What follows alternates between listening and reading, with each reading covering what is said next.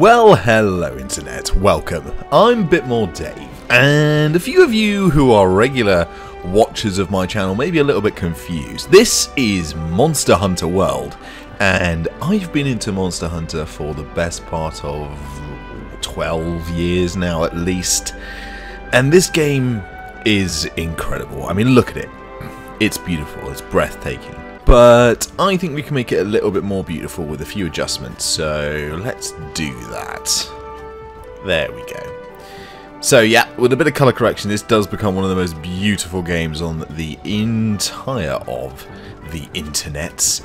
And today I'm going to be doing a little bit of a tutorial. Now, I've never done one of these for Monster Hunter really, so I don't really know where to start, but I thought, why not do a fun mix set sort of tutorial, because, well, who wouldn't want to do that? So for those who don't know, you can mix and match various bits of armor to make some skills that are going to help you in your monster slaying. This is a switch axe set, and I've designated the Dave Breaker. So basically, it breaks Daves, and the best thing about it is it does break monsters too. Well, before I take you through the build, let me show you what this bad boy does.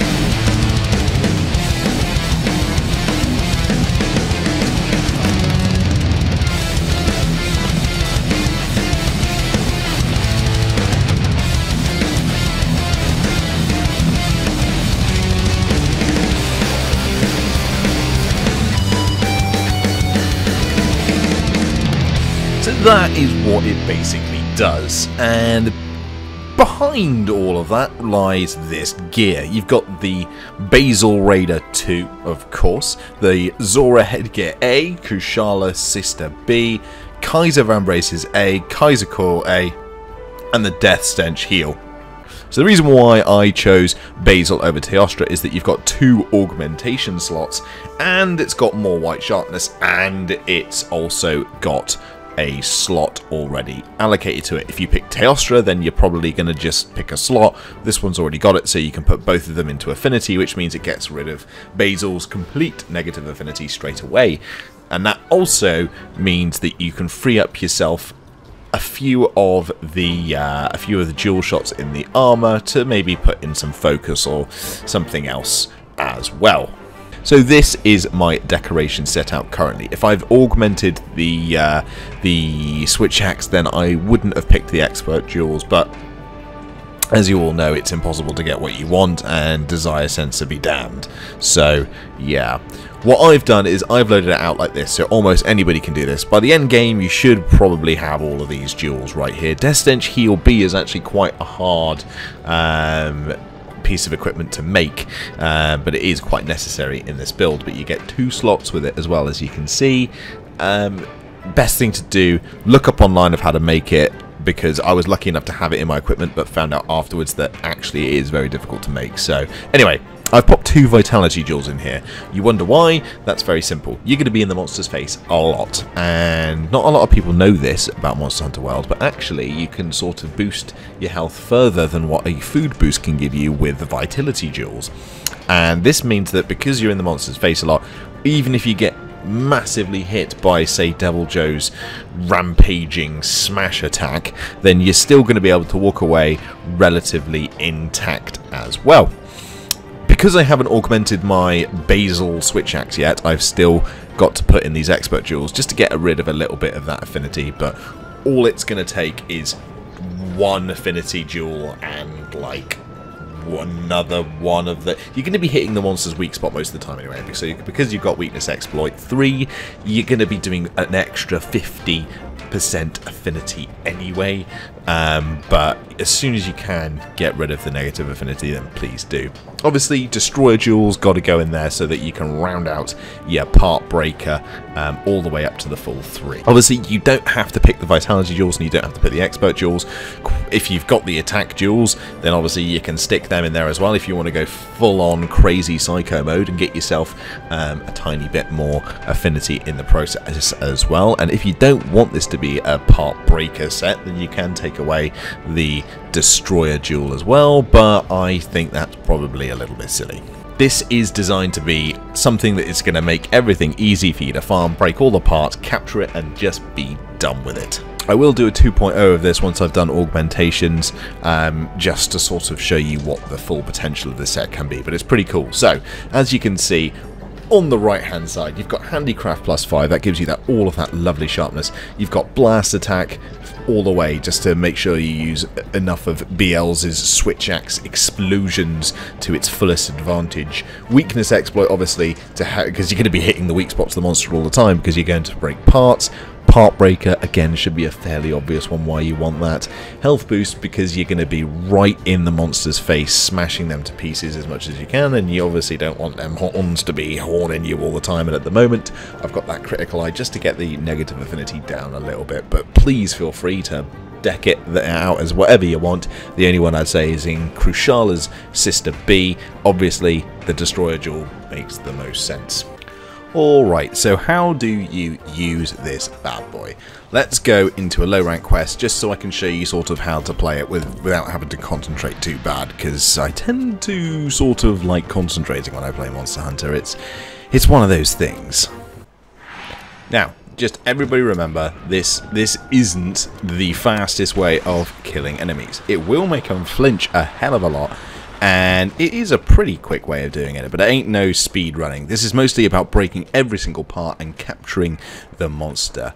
So, I'm fighting the Rabadan versus the Odorogog. I can't pronounce it. Odorogogon. Anyway, let's see what we can do. First things first, let's mount this monster. But you're going to see in a minute, as soon as I start digging in with the Switch Axe, as soon as I'm able to start injecting my goodness into Mr. Rabadan, then his parts are going to start breaking like crazy. I know that this is, of course, low rank, but I wanted to show you anyway. Watch. Inject some dreams into him, and badoom. Part broken already. Obviously, it would take a little bit more time in high rank, but I was just sort of wanting to show you what it was like. The other ones were done in high rank as well. The single Rabadan I fought in the little montage, that was in high rank, and I broke 3 of his parts in one little bit of session, so that's always good. You can see that it does work rather well. Odie, no. Odie, no. No, don't want any of that. Come on, that's not really very fair. But what you want to do is get your